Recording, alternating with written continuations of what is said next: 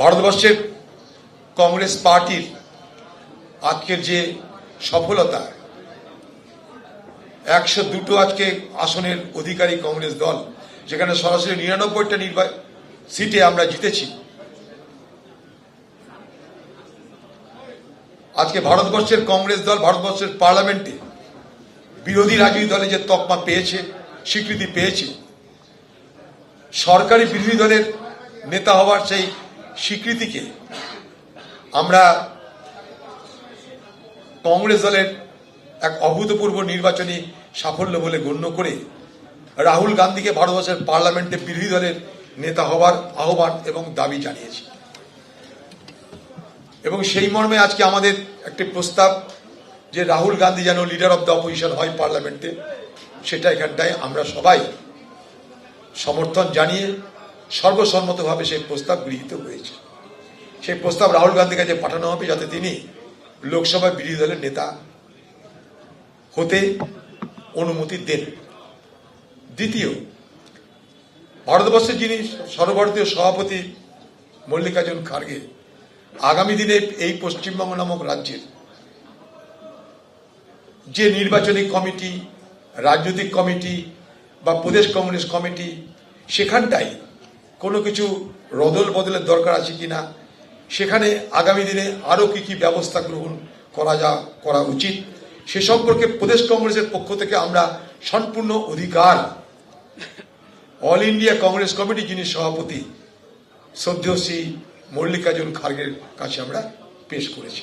সেটাও সর্বসম্মতে পাশ হয়েছে। আজকে আমাদের খুব ভালো লাগছে, আমাদের অত্যন্ত স্নেহের, অত্যন্ত কাছের ঈসা খান, সে আজকে নির্বাচিত হয়েছে ভারতবর্ষের পার্লামেন্টে। তাই তাকেও আজকে আমরা আমাদের মধ্যে পেয়ে অত্যন্ত খুশি হয়েছে, গর্বিত হয়েছে। সকলের উপস্থিতিতে এই আলোচনা আমাদের হয়েছে। যদি কিছু আপনাদের জানার থাকে, বলার থাকে, এখানে মীর সাহেব আছেন।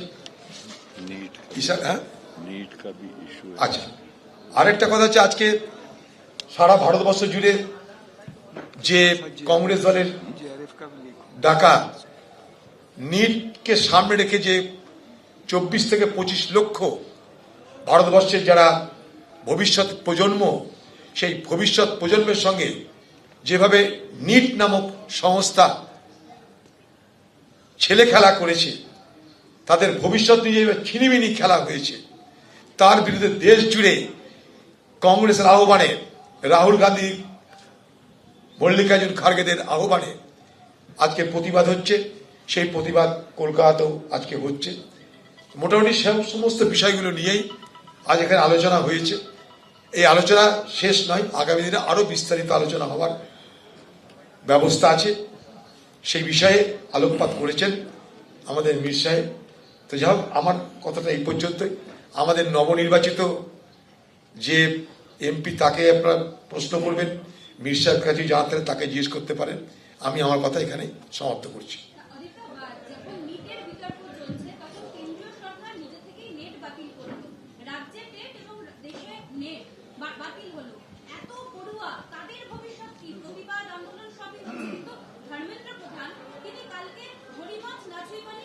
দেখুন, আপনারা যদি আমাদের ভারতবর্ষের জাতীয় কংগ্রেসের যে নির্বাচনী ইশতেহার আছে, সে নির্বাচনী ইশতেহারটা যদি উল্টে দেখবার চেষ্টা করেন, তাহলে দেখবেন পেপার লিক, তার বিরুদ্ধে আমরা কড়া আইন আনার ব্যবস্থা সেখানটা প্রস্তাবিত আছে।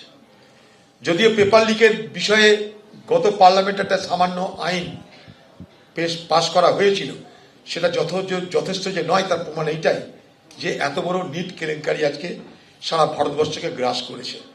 ভারতবর্ষের আমাদের যারা ভবিষ্যৎ প্রজন্ম, যারা জানে না যে তাদের ভবিষ্যৎ কি, তাদের দিশা কি, তারা আজকে চরম নৈরাশ্য এবং হতাশাগ্রস্ত হয়েছে। তাদের সঙ্গে রাহুল গান্ধী, প্রিয়াঙ্কা গান্ধী তারাও দেখা করছেন, আলোচনা করছেন। তো নিট, টেট সর্বত্র দুর্নীতি হচ্ছেই। পশ্চিমবঙ্গের দুর্নীতি আমরা চোখে দেখেছি। শিক্ষামন্ত্রীর আলমারি থেকে নোট ঝরে পড়ছে। দেশের আরেকটা নিট, সেখানেও দেখতে পাচ্ছে যে কিভাবে বিভিন্ন রাজ্যে রাজ্যে এইভাবে চক্রান্তের শিকার করা হয়েছে। তাদের লালসা, তাদের দুর্নীতির শিকার হতে হয়েছে আমাদের ভবিষ্যৎ প্রজন্মকে। যেখানে আজকে মন্ত্রীকে বলতে হচ্ছে সিবিআই তদন্ত বা উচ্চ পর্যায়ে তদন্ত হোক। কেন? এ তো জানা ছিল, নতুন কিছু নয়। এটা বারবার সতর্ক করা হয়েছে এটা নিয়ে। ভারতবর্ষের পার্লামেন্টে নিয়ে অনেক আলোচনা হয়েছে। আমি নিজে সাক্ষী। এই নিটের বিরোধিতা করতো তামিলনাড়ু থেকে। তামিলনাড়ু সরকারের যারা ডিএমকে নেতারা ছিল তারা বিরোধিতা করতো, আমি নিজে তাদেরকে সমর্থন করতাম প্রত্যেকটা ঘটনায়। কত ভবিষ্যৎ প্রজন্ম আত্মহত্যা করেছে। ভারতবর্ষ জুড়ে ৭৬,০০০ কোটি টাকার কোচিং ইন্ডাস্ট্রি গড়ে উঠেছে শুধুমাত্র এই দুর্নীতির পথে। ভবিষ্যৎ প্রজন্মের ভবিষ্যৎ নিয়ে খেলা করে তাদেরকে বিপদে পরিচালনা করতে আজ এই বড় দুর্নীতির একটা চক্র চলছে। আমরা সবসময় রাজ্যের হাতে অধিকার চেয়েছি, গোটা বিষয়টাকে কেন্দ্রীভূত করা হচ্ছে, তার আমরা প্রতিবাদ করেছি। নিট নামক ব্যবস্থাটাকে সামনে রেখে গোটা শিক্ষা ব্যবস্থার উপরে যে কেন্দ্রীয়করণ করা হয়েছে আমরা তার বিরোধিতা করেছি। এটা আমরা বিরোধিতা করেছি যে কেন কেন্দ্রীয়করণ করা হবে। কারণ একটাই, শিক্ষা হচ্ছে কনকারেন্ট লিস্ট। শিক্ষায় কেন্দ্র রাজ্য উভয়ের ভাগ থাকে। তো যেখানে কনকারেন্ট লিস্ট, যৌথ তালিকায় পড়ে শিক্ষা, সেখানে একতরফা সিদ্ধান্ত কেন কেন্দ্রীয়ভাবে নেওয়া হবে, এটা আমরা আগেই বিরোধিতা করেছি।